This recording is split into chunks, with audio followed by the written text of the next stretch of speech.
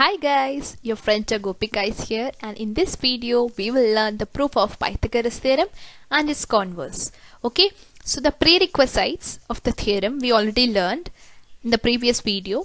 That was similarity of right angle triangles. Okay, using that statement and that fact we will prove the Pythagoras theorem. Okay, so without wasting time, let's get started. Okay. So let's read the very familiar statement of Pythagoras theorem because you have seen it from standard 7th itself. In a right angle triangle, the square of the hypotenuse is equal to the sum of squares of remaining two sides. Okay. So here in this triangle ABC is 90 degree. Hence, what the statements of Pythagoras theorem says, AC square, that is hypotenuse square, is equal to AB square plus BC square. This is what we need to prove. Okay. So given part is in triangle ABC, angle ABC is 90 degree. To prove that AC square is equal to AB square plus BC square. So we will make a similar construction as we did in the theorem of similarity of right angle triangles. What we did? We drew a perpendicular from B towards the hypotenuse AC, that is BD, perpendicular to AC, constructed in such a way that A, D, C are collinear points. So in right angle triangle, after making this construction, now once we made this construction, one thing is clear in your mind, that the two triangles that are formed, ADB and BDC, are similar to each other, and third thing, they are similar to triangle ABC. Okay, so this fact we will be using in the proof. So the proof of similarity of right angle triangles I already discussed in the previous video. Those who don't know or those who haven't seen it, please do watch the video for knowing the proof of how these two triangles formed are similar to each other and they are similar to ABC. Okay, so triangle ABC is similar to triangle ADB is similar to triangle BDC by similarity of right angle triangles. Okay, now take two things separately or consider two similarities separately and obtain equations. So how we do that? First, take triangle ABC similar to triangle ADB. So the original triangle similar to one of the smaller triangles. Consider it. Write the corresponding ratios. Okay. So this we are using the definition of similarity, that corresponding sides are in same ratio. Okay. Use that fact. Write the ratios. Now if you are not thorough with this part of how to obtain the ratios of corresponding sides or how to write that the ratios match, if this concept of similarity is not clear, do watch my videos on similarity where I have in detail explained how to write these corresponding side ratios. Okay, without making any mistake. So this comes with, if you see the similarity, the order of the vertices is important. In accordance with that, we write the corresponding sides. Okay, so AB, that is the first two letters upon AD, so they are the corresponding sides. Next, BC upon DB, they are the corresponding sides. Then first and third, that is AC upon AB. Okay, this is how you write the corresponding sides. Next, choose those two ratios where you see that the numerator and denominator is same. So if you see the first and the third ratio, here numerator is AB, here denominator is AB. Write it down below, since we need to obtain AB square, equation for AB square. Okay, by we are obtaining equation for AB square, what we need to prove is AC square is equal to AB square plus BC square. So using these two similarities, I will obtain equation for AB square and BC square. I add it and then check if I get AC square in the right side or on the left side. Okay, so AB square is equal to what we did here, multiply the denominator to the other side. So AB into AB is AB square is equal to AD into AC. Now mark this equation as equation 1. Okay. Next, consider the similarity between the original triangle ABC and the smaller triangle BDC. Okay. And then use the definition of similarity and write the ratios of corresponding sides are equal. So AB upon BD is equal to BC upon DC is equal to AC upon BC. Again here we found the equation with numerator and denominator same. So BC upon DC is equal to AC upon BC. Now cross multiply. So the denominators will get multiplied to the other side. So BC into BC is BC square is equal to DC into AC. Now mark this as equation 2. Now what we do? Add 1 and 2. So left hand side we will get AB square plus BC square, and in the right hand side we will get AD into AC plus DC into AC. Okay. Now in these two terms AC is common, so I write it outside, and within the bracket what will remain? From first term AD will remain, and from the second term DC will remain. So AC into AD plus DC. Now AD plus DC, if you see the diagram, AD plus DC is same as AC. So AC into AC, and AC into AC is same as AC square. So AC square is equal to AB square plus BC square, and that is what we had to prove. So hence proved. Okay. The proof goes really simple, provided that you remember the similarity of right angle triangles theorem. Okay. What it says, when you have a right angle triangle, from the 90-degree vertex towards the hypotenuse, if you draw a perpendicular, the two smaller triangles obtained are similar to each other and they are similar to the original triangle. Using that fact, two ways you obtain AB square and BC square equations, and then you add, and in the RHS naturally you will get AC square. Okay. It's a very simple proof, and understanding the statement and understanding the steps is important. Okay. You don't need to by heart anything. If you understand what is being done, and if you just need to remember here is which theorem you are applying. Okay, once you know that which theorem or which construction you are making or which theorem you are applying in the particular proof, rest things will follow naturally, once provided that you know the definition of similar triangles and corresponding sides, all that things. Okay, so you should know the first chapter thoroughly, so that very easily you can prove this theorem. Okay, so let's see the proof of converse of Pythagoras theorem now. Converse of Pythagoras theorem. Okay, if in a triangle, if the square of one side is equal to the sum of the squares of the remaining two sides, then the triangle is a right angle triangle. Okay, so in converse what we need to prove? Okay, in Pythagoras theorem we had that given part we had the angle is 90 degree, and in to prove part we need to prove that hypotenuse square is equal to side 1 square plus side 2 square. Here one side square is equal to sum of other two sides is already given. In to prove we need to prove that the angle is 90 degree. Okay, so given in triangle ABC, AC square is equal to AB square plus BC square. Angle ABC is 90 degree to prove. So what we do is we do a construction. We construct another triangle besides ABC, and in such a way that this PQ, length of this PQ is same as length of AB, and length of QR is same as length of BC. And one more thing, we construct it in such a way that the angle PQR is 90 degree. Okay, so construct another triangle PQR such that PQ is of length AB, QR is of length BC, and angle PQR is 90 degree.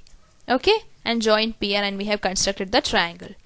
Now in this triangle the proof will start by considering this triangle PQR and using the fact that PQR is 90 degree angle, we will apply Pythagoras theorem to it. Yes, in converse of Pythagoras theorem we are going to use Pythagoras theorem. Okay, in the proof. So in this triangle if I apply Pythagoras theorem, so it is simple, you guys understood already. PR is the hypotenuse, so PR square is same as PQ square plus QR square. Okay, now why we took the length of PQ and AB same and QR and BC same, now you will understand. Because in place of PQ and replace it with AB, and in place of QR I can replace it with BC, since both have same length. Okay, the values will match. So PQ square is same as AB square and QR square is same as BC square. Correct? So AB square plus BC square, this is by construction itself. Okay, we constructed it in such a way that the lengths are same. So this is equation 1. Now AB square plus BC square is same as what is given? It is same as AC square. So what we got, PR square is equal to AC square. Now if PR square is equal to AC square, the only possibility is PR is equal to AC. Okay, since we are talking about length of two segments, PR square equal to AC square means PR has to be equal to AC. Okay, there is no chance of any negative value over here. Okay, when you're talking length of a triangle or length of a segment, always the values will be positive. So square of two numbers are equal means those numbers has to match, or they should have same values. So by equation 3, so mark it as equation 3, PR is equal to AC. Now by the construction we already had that two sides are of equal length. PQ was same as AB and QR was same as BC. Now we got that the third side is also of equal length. That means AC is equal to PR. That means these two triangles are congruent, since all three sides of them are corresponding sides of them are congruent. All three corresponding sides are congruent means by SSS test, triangle ABC is congruent to triangle PQR. Okay, now if they are congruent, and we know that by construction angle PQR is 90 degree, then angle ABC is also 90 degree, since they both are corresponding angles of congruent triangles. Angle ABC is equal to angle PQR is equal to 90 degree. Okay, simple. So here the tricky part, or the thing that we need to remember is the construction basically. Okay, otherwise the proof is really simple. So when you have a triangle satisfying the condition AC square equal to AB square plus BC square, draw another triangle with AB and PQ same length and QR and BC same length, plus angle is 90 degree, PQR is 90 degree. Now once you have the angle 90 degree, the new triangle that you have constructed, you can apply Pythagoras theorem and then proceed with the given data. Okay, rest will follow. Once we know that these two triangles are congruent, then the angle is 90 degree. Okay, that means the angle of original triangle is also 90 degree. That is how we conclude it. Okay, so guys, that's it, and I'm done with the video. And actually I'm not done with the video, I'm done with this theorem. Now we will just discuss all those theorems that we learned in the particular chapter with the statements, because in next video I'll be using some applications, or I'll be discussing some examples in which we will use those theorems. Okay, so let's discuss the statements of the theorems that we learned. Points to remember. First theorem that we learned in the chapter was similarity and right angle triangle theorem. So that was when you have a right angle triangle PQR, and if you draw a perpendicular from 90 degree angle towards the hypotenuse, the two small triangles formed are similar to the original triangle and they are similar to each other. Okay, that means in this particular construction we can say that triangle PQR is similar to triangle PSQ is similar to triangle QSR. Okay, so all right angle triangles in the figure is similar to one another. Next we learned theorem of geometric mean. There also we had same construction. Whenever you have a right angle triangle, from the 90 degree vertex towards the hypotenuse, if you draw a perpendicular, this perpendicular line is geometric mean of the sides, not the sides, the segments to which the hypotenuse gets divided. Okay, so when you draw QS, the hypotenuse get divided into PS and SR. Now the theorem of geometric mean says QS is geometric mean of PS and SR. Now by definition QS is square root of PS into SR. Okay, that is how we find the geometric mean, correct?